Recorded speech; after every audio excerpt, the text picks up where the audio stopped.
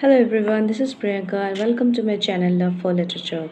I hope you are enjoying this journey with me where I am discussing various literary styles and devices and how to analyze literature, how to enjoy literature and imbibe those literary values in your day-to-day life.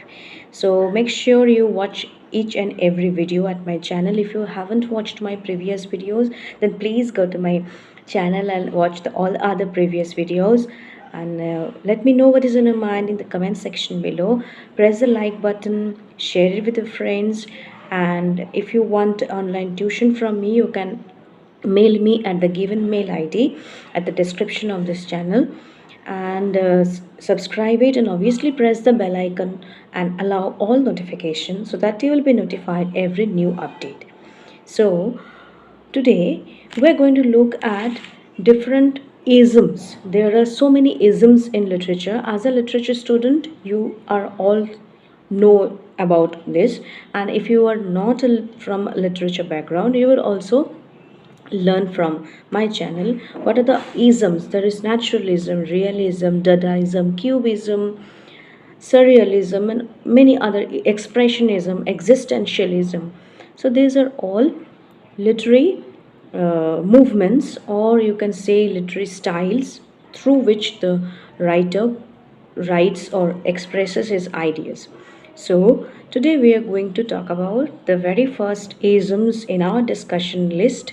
I'll be discussing all other isms one by one in my later videos, so stay tuned for more updates.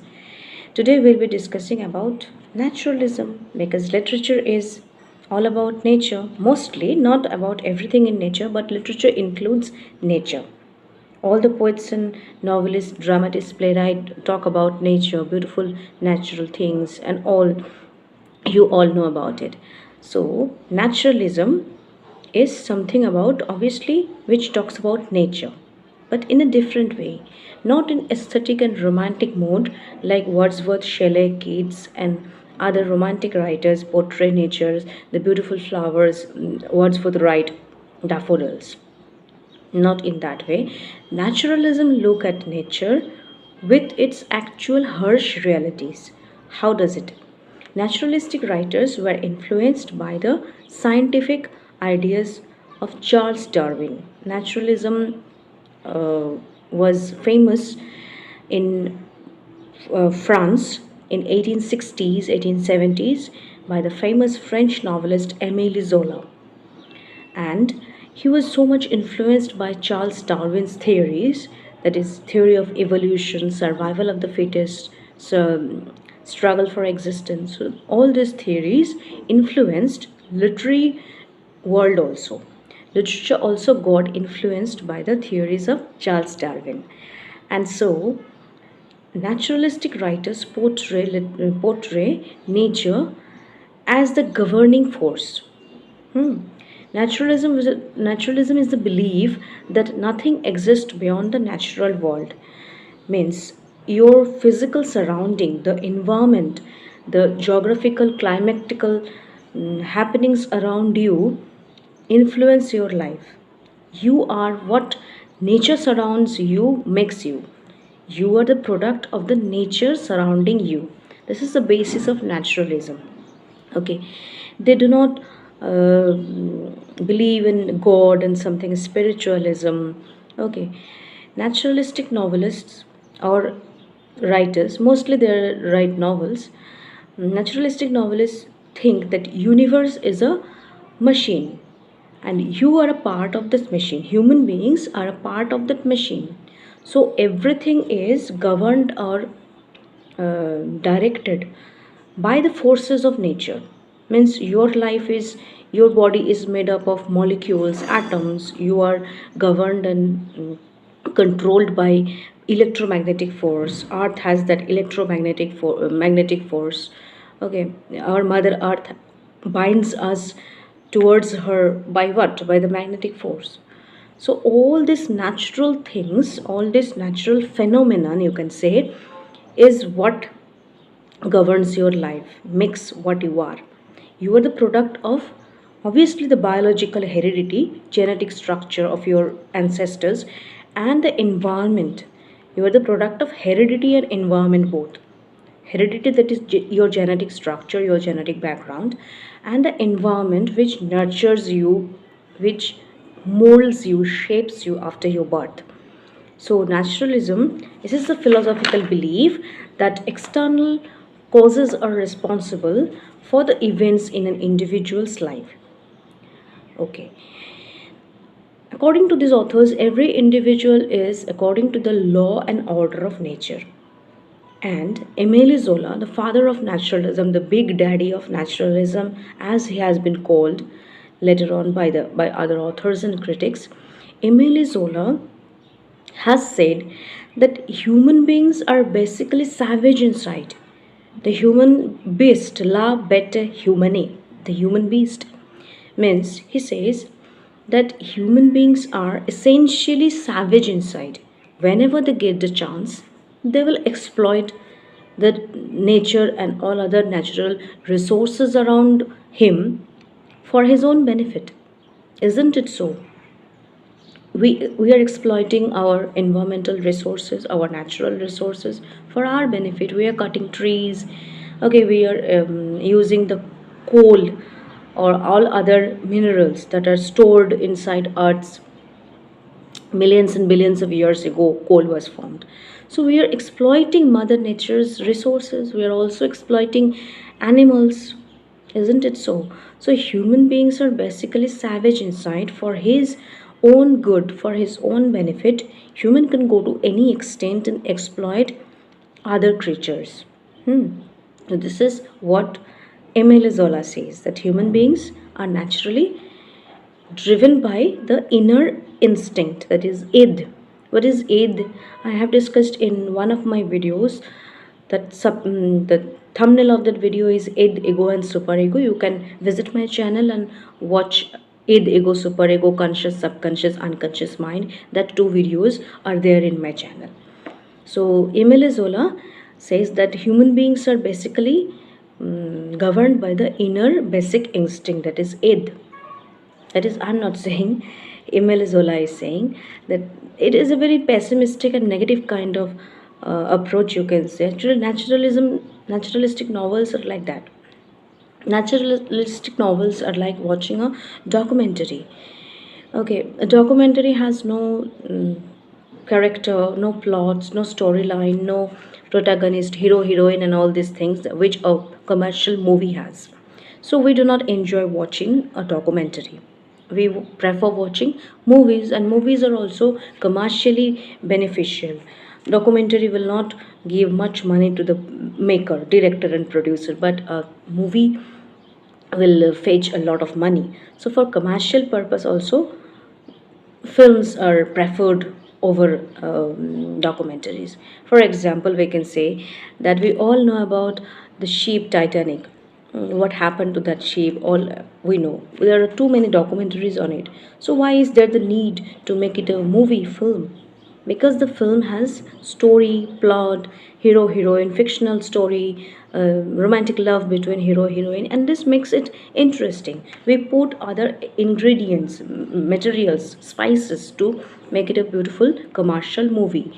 While there are a lot of documentaries on the event Titanic, on the ship, but we do not watch it. We prefer watching the movie Titanic. So that is the difference between a documentary and a movie. And naturalistic novels are like the documentaries. They portray the real incident as it is without adding any extra masala, spices, and beautiful ingredients to beautify it. Okay. The beautiful example of naturalistic novel is Lord of the Flies by William Golding. Lord of the Flies by William Golding, where he has portrayed that aircraft has been damaged and a group of school boys were marooned in an island. And you all know about that. They become so savage, they become so cruel to each other for their struggle for existence on that island. There was no food and nothing essential things to survive. So all the boys become so savage to each other for food and for the basic necessities of life, that they, the inner beast, what Emile Zola says, the inner beast came out, and the boys quarrel, boys fight with each other, and even they kill each other. So the natural beast inside came out when they are in mm, turmoil, when they are in trouble. That is what Emile Zola also says, that when you are in trouble, when you are in danger, you are in threat of your survival, the actual savage beast inside you come out. So, naturalistic novel portray the harsh realities of life.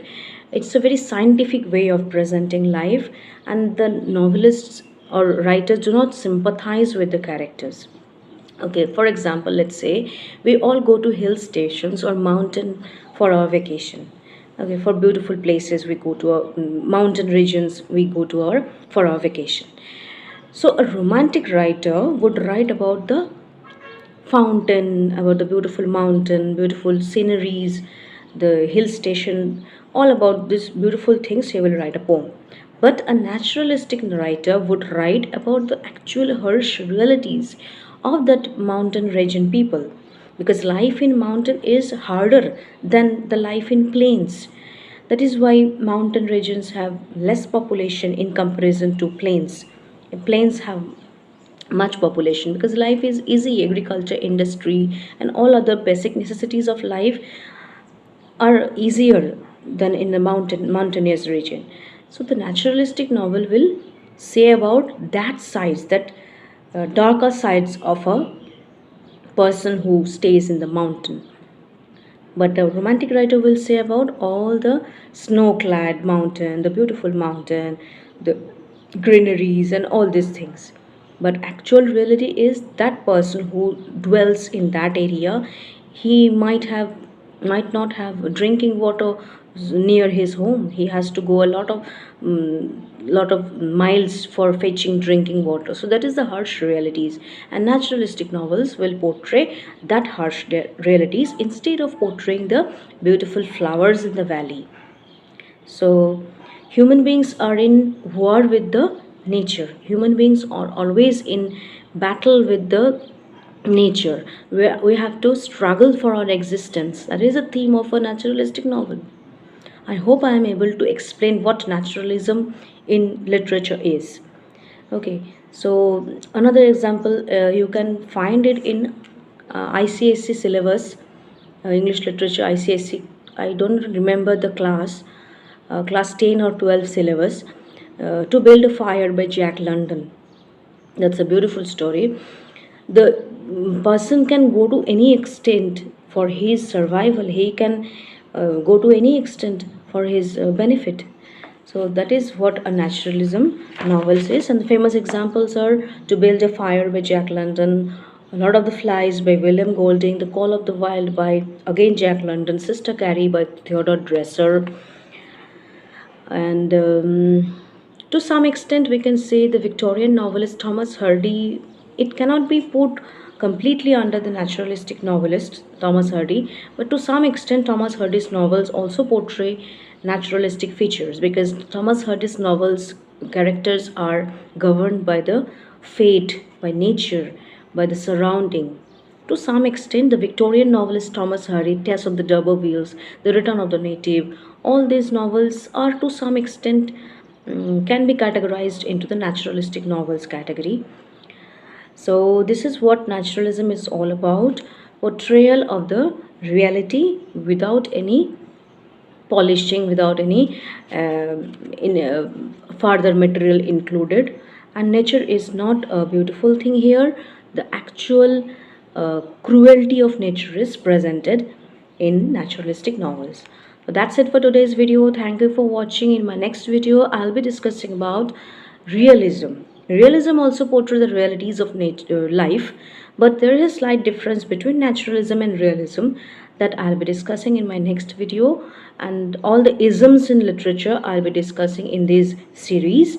So stay tuned and press the bell icon, allow all notification after subscribing to my channel, share it with your friends, and let me know what is in your mind in the comment section below. The topic, if you want some topics on which I should make video, please let me know in the comment section. And thank you for watching. Keep learning literature. Happy learning. Bye. Have a nice day.